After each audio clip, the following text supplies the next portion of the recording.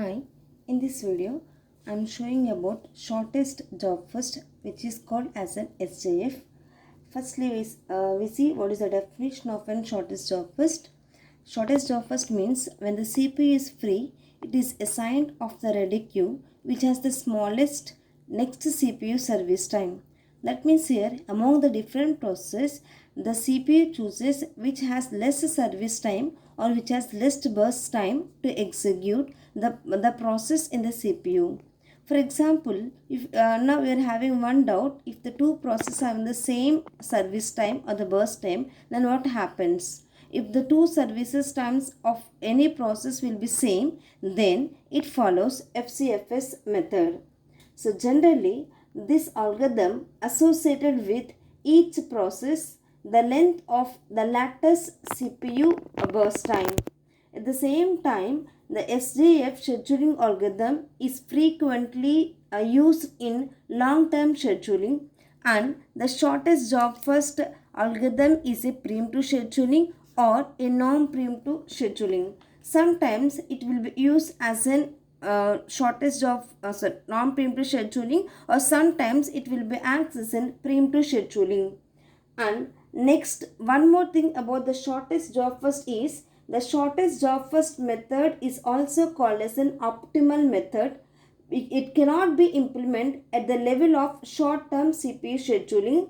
And here the shortest job first, why we are calling as an optimal means it utilizes less service times for the execution only. That means it gives the much more importance for less service times. So we are calling it as an optimal. The optimal means minimum. Okay, optimal means the synonym for the optimal is called as a minimum. Okay, and the shortest job first is the best example for the real-time execution. Now, let us go for the example of shortest job first. Here I am considering the processes. Just focus on these process. And next one, service times. Here we are having the 4 different types of an process and 4 service times. Here the service time is also called as a burst time. According to a system point of view, we are calling as in burst time, and general usage we are calling as in service time. So as we know, as we learned in the FCFS algorithm, for each and every scheduling algorithm, we had to calculate Gantt chart, waiting time, and turnaround time. Okay, so we have to calculate these 3 for each and every scheduling algorithm. So let us go for Gantt chart representation for shortest job first. Okay, so I am taking one queue format. In this queue, we execute the processes. So what the main purpose of shortest job first means?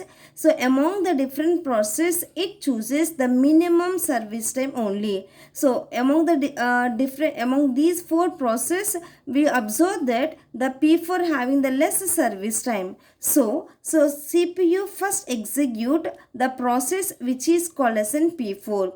So what is the service time of P4? P4 service time is 2. So the P4 execution completion time is 2 milliseconds.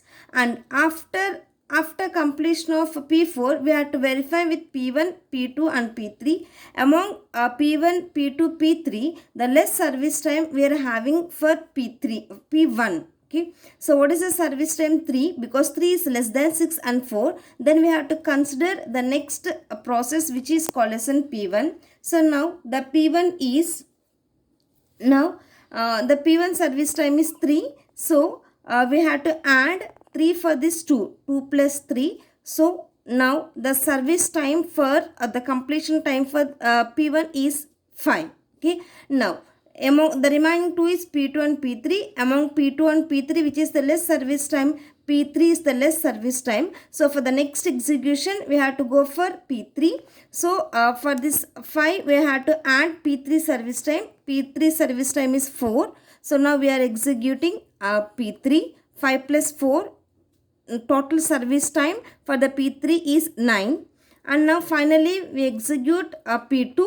The remaining is only P2. So P2 will be executed here. So P2 service time is 6. So for 9 we are adding 6. So 9 plus 6, the value will be 15. Okay, so this is execution.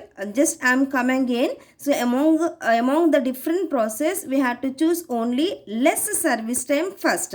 First less service time is P4, so we are executing P4. Then less service time is P1, so we executing P1 first. Next less service time is P3, then we executing P3, and finally the remaining is P2. We are executing P2 service time. Okay, so now Gantt chart is completed. Let us calculate the waiting time and next one turnaround time.